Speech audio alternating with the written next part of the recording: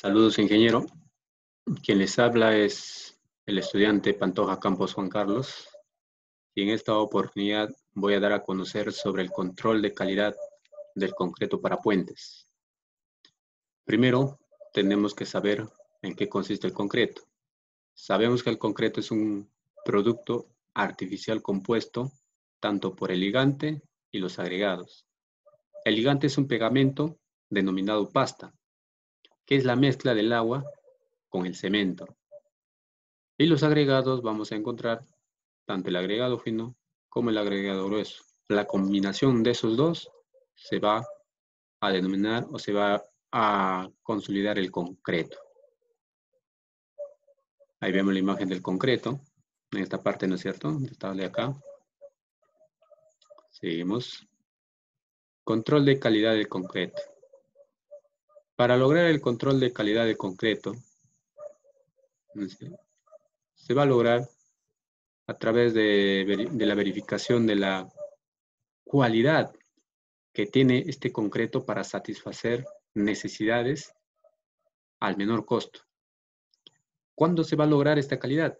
Cuando al producirlo y colocarlo, vamos a obtener unos buenos resultados del concreto. Y aparte, si nosotros vamos y seguimos las recomendaciones de un adecuado manejo de este concreto. Es así que vamos a lograr este control de calidad. Seguimos. Control de calidad del concreto para puentes.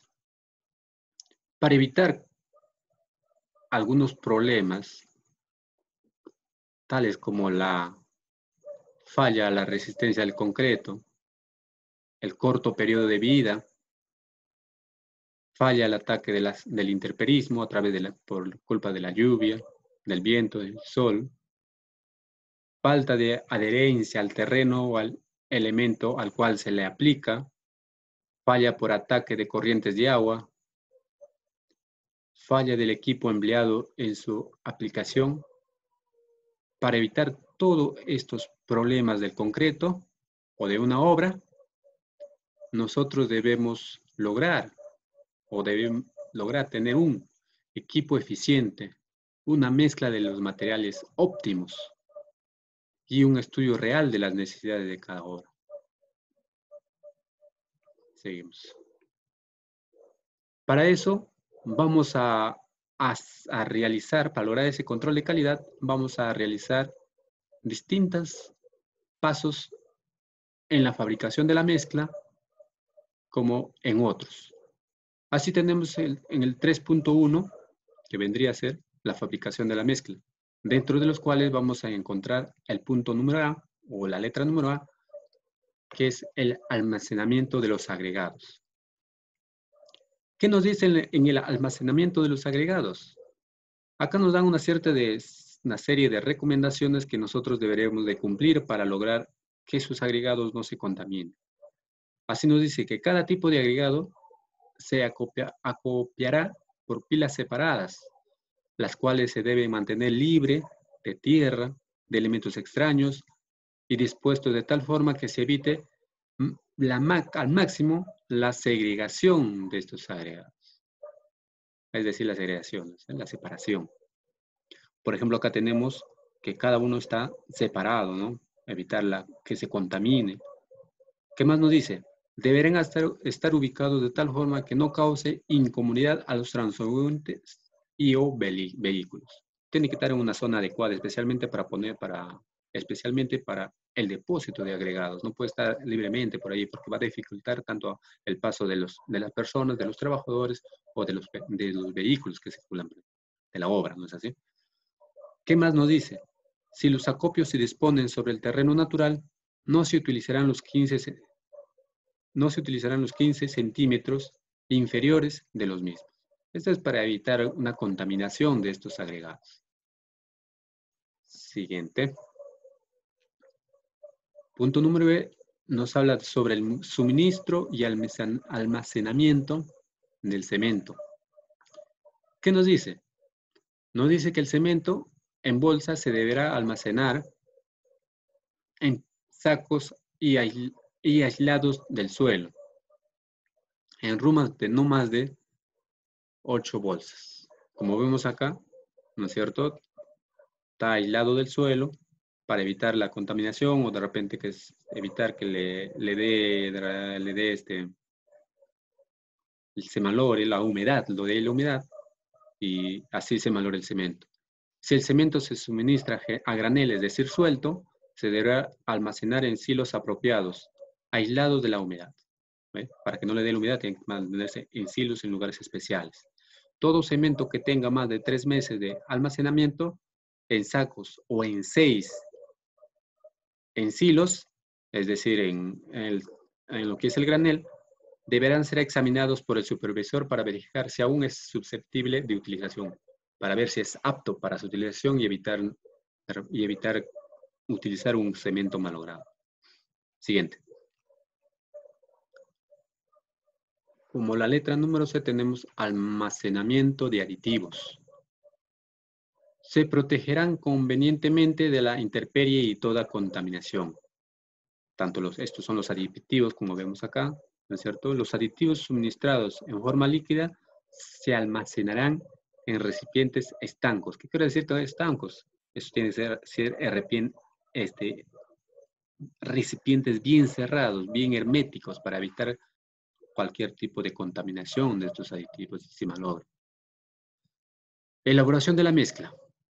Para lograr una correcta elaboración de la mezcla, debemos seguir estos pasos. ¿Qué dice? La mezcladora se cargará con agua superior a la mitad requerida para la tanda. Segundo, se añadirá simultáneamente el agregado fino y el cemento.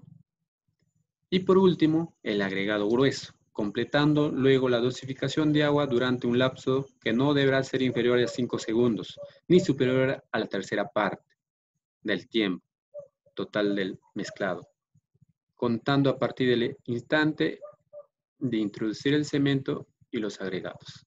Acá en la imagen vemos que hay un correcto uso de los agregados para lograr una mezcla eficiente, ¿no? Una mezcla homogénea. Siguiente. Como tercer punto, 3.2, vamos a hablar sobre las operaciones para el vaciado de la mezcla.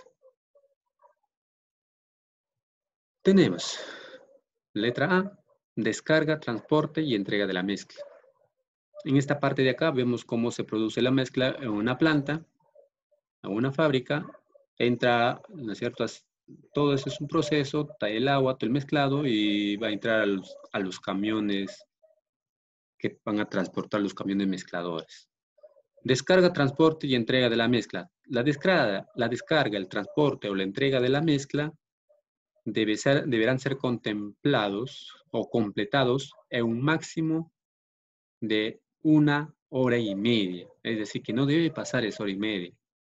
Desde el momento que el cemento se añade a los agregados, salvo, ¿no es cierto?, que el supervisor lo autorice o dependiendo del clima y del uso de los aditivos que se le ponga a la mezcla. Siguiente. A su entrega en la obra. Una vez que la mezcla llega a la obra, el supervisor rechazará todo concreto que haya desarrollado algún endurecimiento inicial, así como aquel que no sea entregado dentro del límite del tiempo aprobado. En este caso, el tiempo aprobado, hemos dicho que es 1 hora y media. Pasada esa hora y media, el supervisor tiene que verificar bien esa mezcla que no esté endurecida. Acá, por ejemplo, vemos un camión mezclador. Aquí, el cemento, pero la mezcla está en constante movimiento para evitar la segregación. Seguimos.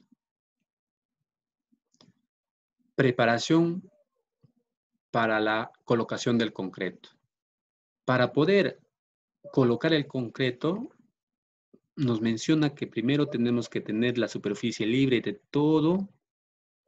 toda suciedad, ¿cierto? Desechos, grasas, aceites, partículas sueltas y cualquier otra sustancia perjudicial. Y también tiene que estar libre de toda agua estancada, ¿no? Para evitar que el concreto fresco se malogre. Colocación del concreto. Será colocado evitando la segregación, es decir, la separación de partículas, ¿no? De sus componentes, permitiendo solamente para su transporte, en este caso nos dice que son las carretillas o buques con llantas neumáticas, los cucharones o baldes de pluma y el uso de bombas especiales. No se aceptan concretos que tengan más de 30 minutos de preparado, no se pondrá a colocar en instantes de lluvia. Al verter el concreto, se compactará enérgica y eficazmente. Como vemos en esta imagen, el concreto está siendo puesto a través de un tubo de una bomba especial, el tubo de una bomba. Y a la vez, el trabajador lo está compactando con la vibradora. Para esto, para evitar que se quede bolsitas de agua, bolitas de aire, ¿no es cierto? Y se malore el concreto. Siguiente. Colocación del concreto bajo agua. La colocación del concreto bajo el agua no es muy recomendable. Dice, no deberá ser colocado bajo agua, salvo excepto que esté en el plano o que el supervisor de la obra lo mencione, ¿no? En estos casos que se deben considerar estos criterios. ¿Qué nos dice? Todo concreto bajo el agua se deberá depositar en una forma continua, es decir, sin detenerse, ¿no? Continuamente para que no se haya una mala distribución del concreto. El concreto tendrá una resistencia no menor de 210 kilogramos centímetros cuadrados y contendrá un 10% de exceso de cemento para que se dé la mayor resistencia, ¿no? Como está bajo el agua, para evitar eso. Para evitar que se malogre y dé una mayor resistencia. ¿Qué más nos dice? No se deberá colocar concreto dentro de corrientes de agua. Los encofrados diseñados para retenerlo bajo el agua deberán ser impermeables, es decir, evitar que el agua pase y malore el concreto. Como vemos acá, bueno, no he encontrado una imagen exacta, pero vemos que el concreto se está vaciando en una forma continua y bueno, va botando el agua, ¿no es cierto?, por acá y completa el vaciado. Siguiente. Vibración. ¿Qué nos dice? El concreto colocado se deberá consolidar mediante la vibración, hasta obtener la mayor densidad posible, de manera que quede libre de cavidades producidas por las partículas de agregado grueso y burbujas de aire. Para eso se pone la vibradora, para que trate de que toda la mezcla calce o quede exacto ahí y evitar esas burbujas de aire, ¿no? Que quizás más adelante lo que va a hacer es que el concreto se cuartee o se rompa o se malogre. El vibrador deberá operar a intervalos regulares y frecuentes, en presión casi vertical y con su cabeza sumergida profundamente dentro de la mezcla. Acá vemos dos imágenes, que es una forma de vibrado correcto en forma vertical y no es cierto, puesto de distintas formas. El vibrado correcto y el vibrado incorrecto. Tiene que agarrarlo bien y acá lo está poniendo por poner, ¿no es así? Entonces, esta es una forma de lograr una adecuada vibración del concreto, consolidar el concreto. Siguiente, juntas. Las juntas se deberán construir tanto de construcción, contracción y dilatación, con las características en los sitios indicados en los planos de la obra o donde lo indica el supervisor. Se tiene que basar de acuerdo a los planos y de acuerdo a lo que diga el supervisor. Las juntas deben ser perpendiculares a las líneas principales de fatiga y en general estarán ubicados en puntos donde el esfuerzo portante sea mínimo. Es decir, donde no haya tanto peso, no es así, no haya tanta inclinación, porque tanta fuerza. ¿Qué pasa si lo haces en un lugar donde se da la mayor fuerza? Va a ocasionar que este concreto se cuartee o se rompa por el lado de la junta. Siguiente. Como siguiente punto vamos a hablar sobre los agujeros para el drenaje. Los agujeros para el drenaje o alivio se deberán construir de manera y en los lugares señalados en los planos. Los dispositivos de salida, bocas o respiradores para igualar la presión hidrostática se deberán colocar por debajo de las aguas mínimas, y también de acuerdo a los indicados en los planos. Acá vemos una imagen de un drenaje, ¿no es cierto? Pues donde drena el río y otra construcción. ¿Qué más dice? Remoción de los encofrados y de la obra falsa. Remoción de los encofrados. El tiempo de remoción de los encofrados y obra falsa está condicionado por el tipo y localización de la estructura, el curado, el clima y otros factores que afecten al endurecimiento del concreto. Esto se va a dar de acuerdo a cómo se endurece el concreto, ya porque quizás en la región andina endurece un poco más lento, ¿no es así? Y en la región amazónica, dependiendo también del cemento, de los aditivos que utilice, se va a lograr el endurecimiento. Y por eso uno tiene que saber en qué momento se debe encofrar. Para eso hay unos requisitos mínimos o tiempo mínimo que debe durar el encofrado. Así tenemos que en estructuras para arcos tenemos 14 días, estructura para bajo vigas 14 días, soporte bajo losas planas 14 días, losas de piso 14 días, placa superior de alcantarilla 14 días, superficie de muros verticales 48 horas, columnas 48 horas, lados de vigas 24 horas. Siguiente. Curado. Los tratamientos de curado se deberán mantener por un periodo no menor de 14 días, ni después de terminada la cocción de la mezcla del concreto. En otras palabras, que nos quiere decir que el curado se debe mantener por un periodo no menor de 14 días después de terminar la colocación del concreto. En algunas estructuras no masivas este periodo podrá ser disminuido, pero en ningún caso será menor de 7 días. Vamos a tener dos tipos de curados, el curado con agua y el curado con compuesto de membrana. El curado con agua, en este caso, se debe vertir el agua constantemente sobre la superficie.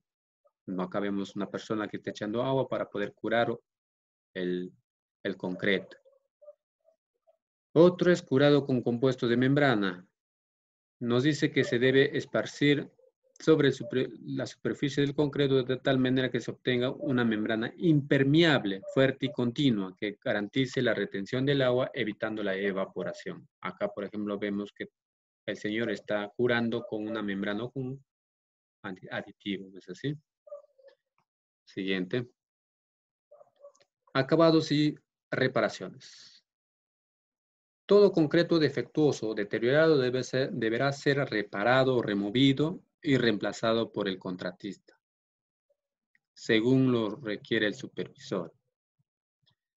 Toda mano de obra, equipo y materiales requeridos para la reparación del concreto serán suministrados a expensas del contratista. ¿No es cierto? Entonces, el contratista tiene que correr con la responsabilidad de la reparación de una obra que esté mal o de repente que haya quedado un poco defectuosa. Como vemos acá, está reparando una columna, ¿no es así? Y por último tenemos la limpieza final. Una vez culminada la obra, terminada la obra, y antes de la entrega final, se debe dejar todo limpio. El contratista deberá retirar del lugar todos los artículos que están ahí. ¿Como qué?